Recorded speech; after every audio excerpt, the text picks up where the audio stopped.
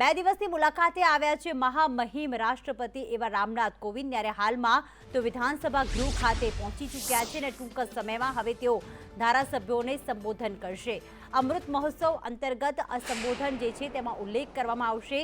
ગુજરાતની મુલાકાતે જ્યારે રાષ્ટ્રપતિ રામનાથ કોવિંદ આવી ચૂક્યા છે ત્યારે 10 વાગે તેમનું અમદાવાદ એરપોર્ટ પર સ્વાગત કરવામાં આવ્યું। ત્યારે ત્યાંથી સીધા તેઓ રાજભવન ખાતે ગયા હતા અને હવે વિધાનસભા ગૃહ ખાતે તેઓ પહોંચી ચૂક્યા છે અને બસ થોડીક જ મિનિટોમાં શરૂ થશે તેમનું સંબોધન। તેમની સાથે ગુજરાત રાજ્યના રાજ્યપાલ એવા આચાર્ય દેવવ્રત પણ ઉપસ્થિત છે, મુખ્યમંત્રી ભૂપેન્દ્ર પટેલ પણ છે અને થોડીક જ વારમાં તમામ ધારાસભ્યોને સંબોધન કરવા જઈ રહ્યા છે રાષ્ટ્રપતિ રામનાથ કોવિંદ અને હવે તેઓ સંબોધન સ્થળ પર પહોંચી ચૂક્યા છે।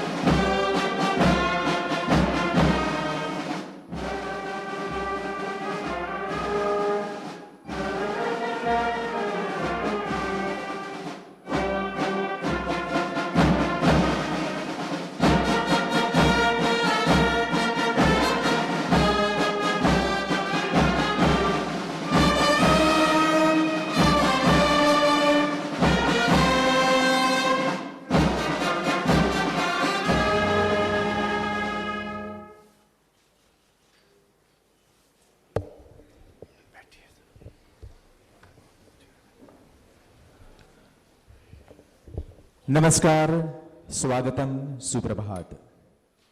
आज का अवसर गुजरात विधानसभा के इतिहास में एक महत्वपूर्ण अवसर है।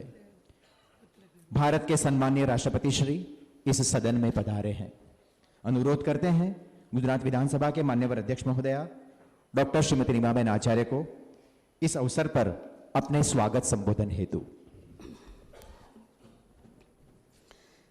आदरणीय राष्ट्रपति महोदय श्री रामनाथ कोविंद जी और गुजरात राज्य के राज्यपाल आदरणीय श्री आचार्य देवव्रत जी का मैं स्वागत करती हूँ।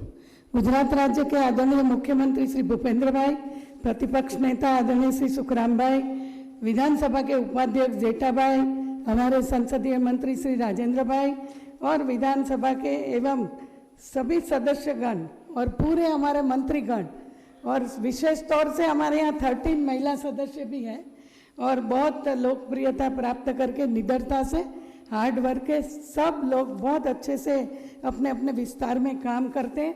ऐसे सभी हमारे विधानसभा के माननीय सदस्यगण और प्रशासन के सभी अधिकारीगण और पत्रकार मित्रों और सब आए हुए महानुभावों सबकी ओर से सर मैं आपका तहे दिल से स्वागत करती हूँ, आपका अभिवादन करती हूँ।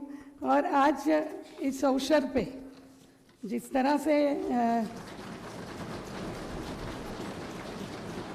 अहिंसा के पुजारी और सत्य के साधक राष्ट्रपिता श्री महात्मा गांधी जी, अखंड भारत के निर्माता व लौह पुरुष सरदार वल्लभ भाई पटेल और मूक सेवक पूज्य श्री रविशंकर जी महाराज की इस पावन भूमि पे आपको मैं वंदन करती हूँ।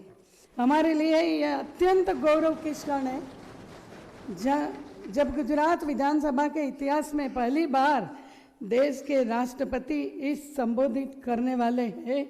ये हमारे लिए बहुत गौरव की बात है। जब देश में जब आज़ादी का अमृत महोत्सव मना रहे हैं तब गुजरात विधानसभा के आमंत्रण पर हमारे सदन पे रहने पर, उपस्थित रहने पर और हमें मार्गदर्शन के लिए मैं माननीय राष्ट्रपति जी का अभिवादन करती हूँ, उनको वंदन करती हूँ। हमारे आदरणीय राष्ट्रपति जी ने भारत देश के कई क्षेत्र में काम किया है।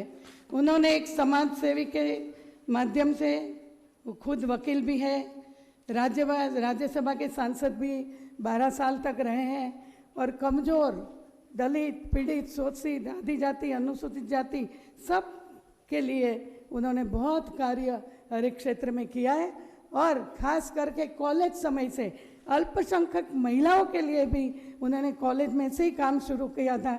ऐसे हमारे आदरणीय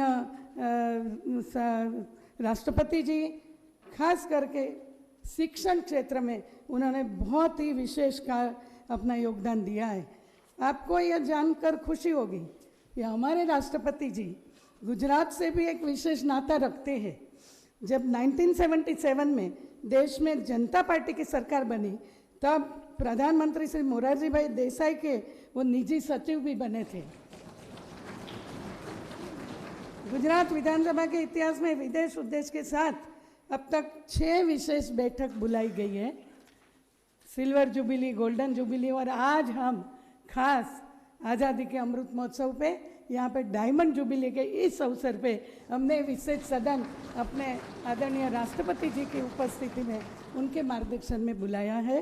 तो हमारे लोकप्रिय और माननीय वड़ा प्रधान श्री नरेंद्र भाई मोदी जी के आज़ादी की 75वीं वर्षगांठ को पूरा साल आज़ादी का अमृत महोत्सव के तौर पर मनाने की घोषणा करते हुए कहा था कि आज़ादी के अमृत महोत्सव का अर्थ आज़ादी की ऊर्जा का अमृत है, यानी स्वतंत्रता सेनानियों की स्वाधीनता का अमृत, नए विचारों का अमृत, नए संकल्पों और आत्मनिर्भरता का अमृत। स्वतंत्रता की 75वीं वर्षगांठ पर शुरू हुआ आज़ादी का अमृत महोत्सव आत्मनिर्भर की दिशा में उठाया गया एक महत्वपूर्ण कदम है। इतिहास साक्षी है कि किसी राष्ट्र का गौरव तभी जागृत रहता है जब वो अपनी स्वाभिमान और बलिदान की परंपराओं को अगली पीढ़ी को भी सिखाता है, संस्कारित करता है और उन्हें इसके लिए निरंतर प्रेरित करता है। इसीलिए आज़ादी के 75 साल का ये अवसर एक अमृत की तरह वर्तमान पीढ़ी को प्राप्त होगा और एक ऐसा अमृत जो हमें प्रतिदिन देश के लिए जीने का और देश के लिए कुछ करके दिखाने का लिए प्रेरित करता रहेगा। गुजरात राज्य सुख, शांति और स्थिर शासन का पर्याय है। विकास के हर क्षेत्र में सबसे अव्वल नंबर रहने के लिए गुजरात प्रतिबद्ध है।